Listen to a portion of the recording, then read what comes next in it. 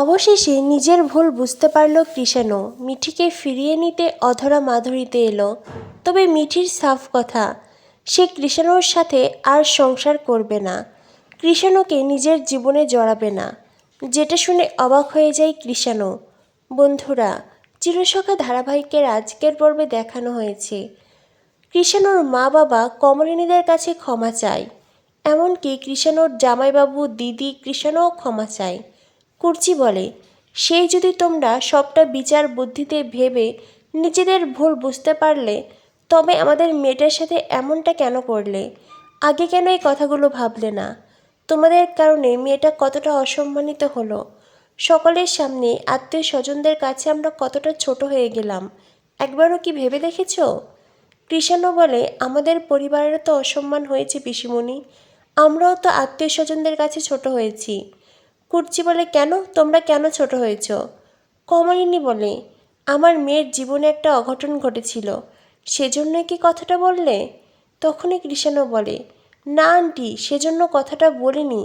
দেখুন, অতীতে যাই হোক না কেন, এই পুরো বিষয়টাই তো উভয় পক্ষেরই অসম্মান হয়েছে, আর এটা তো সত্যি। কুর্চি বলে, একটা কথা ভুলে যেও না কৃষাণু, মিঠির জীবনে যে দুর্ঘটনা ঘটেছে সেটা তোমাদের বাড়িতে যাওয়ার পথেই ঘটেছিল, তাও আবার তোমার কথাতেই আমরা গিয়েছিলাম। কৃষাণু বলে, আমি সেই কথাটা ভুলিনি পিসিমণি, আর সেই কথাটা ভুলিনি বলেই। তখনই স্বতন্ত্র বলে, সেজন্য কি তুমি মিঠিকে দয়া করেছিলে? কৃষাণু বলে, প্লিজ স্যার, এভাবে আমার সাথে কথাটা বলবেন না। আপনি তো জানেন স্যার আমি কেমন। আমি বিষয়টি এভাবে বলতে চাইনি স্যার, আমি মিঠিকে ভালোবাসি, আর এটাই সত্যি।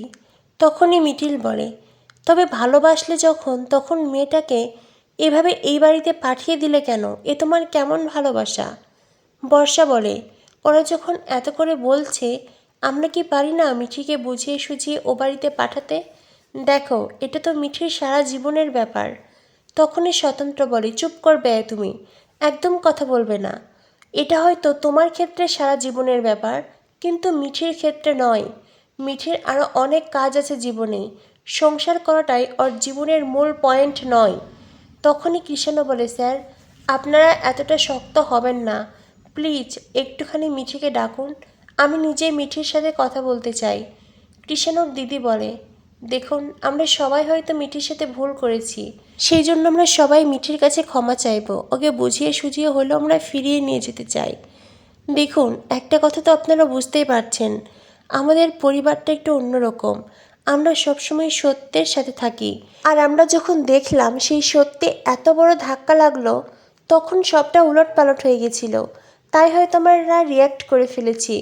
বিশ্বাস করুন, আমরা এখন নিজেদের ভুল বুঝতে পেরেছি।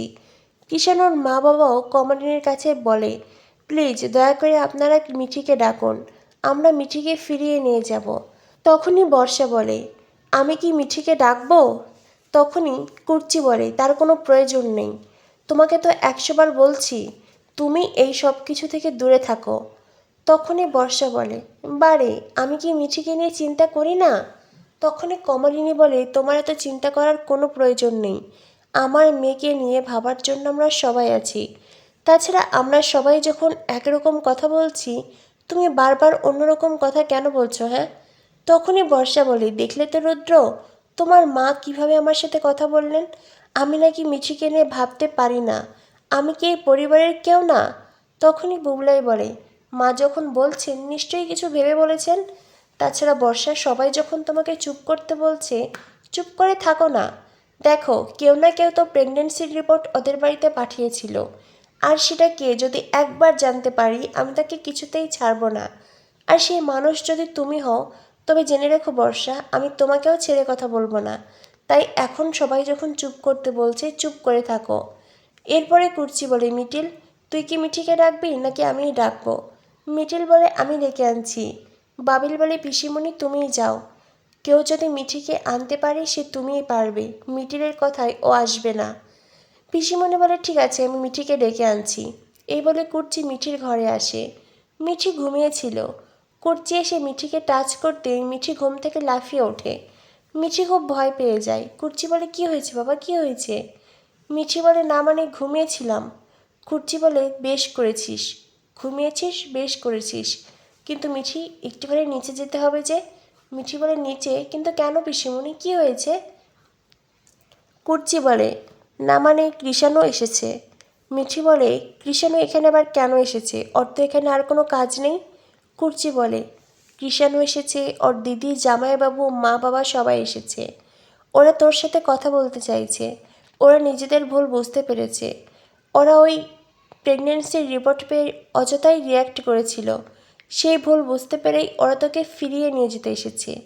মিঠি বলে আমি কি কুড়িয়ে পাওয়া 14 আনা নাকি, হ্যাঁ, যে যখন ইচ্ছে হবে আমাকে কুড়িয়ে নেবে, আবার যখন ইচ্ছে হবে আমাকে ছুঁড়ে ফেলবে?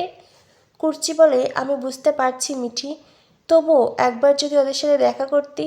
মিঠি বলে পিসিমণি আমি ওদের সাথে দেখা করতে চাইছি না, নাকি তোমরা আবার ওদের কাছে আমাকে ঠেলে দিতে চাইছো? কুর্চি বলে মিঠি কি বলছিস তুই? একটা কথা ভুলে যাস না, আমি 20টা বছর এ বাড়িতে ছিলাম, বাবের বাড়িতে ছিলাম, আর তুই আমাকে কথাটা বলছিস? মিঠি আমি জানি কৃষাণুর সাথে হয়তো তুই আর থাকতে চাইছিস না, আমি চাই তুই সে কথাটাই কৃষাণুকে বল। মিঠি বলে আমার আর মুখোমুখি দাঁড়াতে ইচ্ছে করছে না পিসিমণি, তাছাড়া ওখানে ওর মা বাবা আছে, সিনিয়র পারসন, সকলের মুখের ওপরে ওইভাবে কথাগুলো বলতেও চাই না, কারণ যতই হোক পরিবার থেকে তো আমি সেই শিক্ষায় বড় হইনি। কুর্চি বলে তবুও তো ওদের মুখোমুখি তোকে দাঁড়াতে হবে। মিঠি বলে তুমি গিয়ে বলো আমি ঘুমিয়ে পড়েছি। কুর্চি বলে সেটা বললে কি হয়? এখন যদি বলি ঘুমিয়ে পড়েছিস তো কাল সকালে আসবে, কি দরকার ওদেরকে এভাবে ঝুলিয়ে রাখার? তার থেকে বরং যে কথাটা তোর মনে আছে সেটা মুখের ওপরে বলে দে, ব্যাস। তখনই মিঠি বলে পিসিমণি এত সহজেই কি সব কিছু হয় বলো? এত সহজে তো নিজেকে পাল্টে নেওয়া যায় না। আমার মনের ওপর দিয়ে যে ঝড় গেছে সেটা কি করে আমি ভুলে যাব? ওদের সে অপমান আমি এত সহজে ভুলতে পারবো না পিসিমণি। আসলে কি বলতো, প্লুটোকে ভুলে যাওয়াই আমার উচিত হয়নি, আর আমি কখনো প্লুটোকে ভুলতেও চাইনি। কৃষাণু এমনভাবে আমার জীবনে এসেছিল, সব কিছু এলোমেলো করে দিল পিসিমণি। কুর্চি বলে আমি জানি বাবা, আমি তো চিনি তোকে, তোর মনের মধ্যে কি ঝড় চলছে আমি সবটাই বুঝি। মিঠি বলে পিসিমণি তুমি যাও, ওদেরকে বলো আমি যেতে চাই না। কুর্চি বলে এই কথাটাই তুই ওদের সামনে গিয়ে বল। মিঠি বলে ঠিক আছে, তুমি যখন এত জোর করছো চলো। এরপরে মিঠি কুর্চির সাথে নিচে আসে। কৃষাণুরা মিঠিকে দেখে যেন আশার আলো ফিরে পায়। কৃষাণুর মা বাবা মিঠিকে বলে মিঠিমা তুই এসেছিস, এই দেখ আমরা তোকে ফিরিয়ে নিতে এসেছি মা, চল আমাদের সাথে বাড়িতে ফিরে চল। কৃষাণু হাত জোর করে মিঠির কাছে ক্ষমা চায়। কৃষাণু বলে মিঠি আমি ভুল করেছি, অন্যায় করেছি, তুমি আমায় ক্ষমা করে দাও মিঠি, আমার সাথে ফিরে চলো।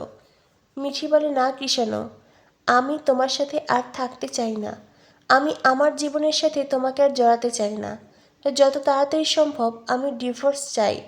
যেটা শুনে কৃষাণুর পুরো পরিবার অবাক হয়ে যায়। মিঠির মতন আত্মমর্যাদা সম্পন্ন মেয়ের সাথে যে যা খুশি তা করা যায় না, এইবার কৃষাণু আর কৃষাণুর পরিবার হাড়ে হাড়ে বুঝতে পারবে। তো বন্ধুরা, শেষ অবধি কি মিঠি কৃষাণুর সাথে যাবে, আর বর্ষার পর্দাফাঁস হবে?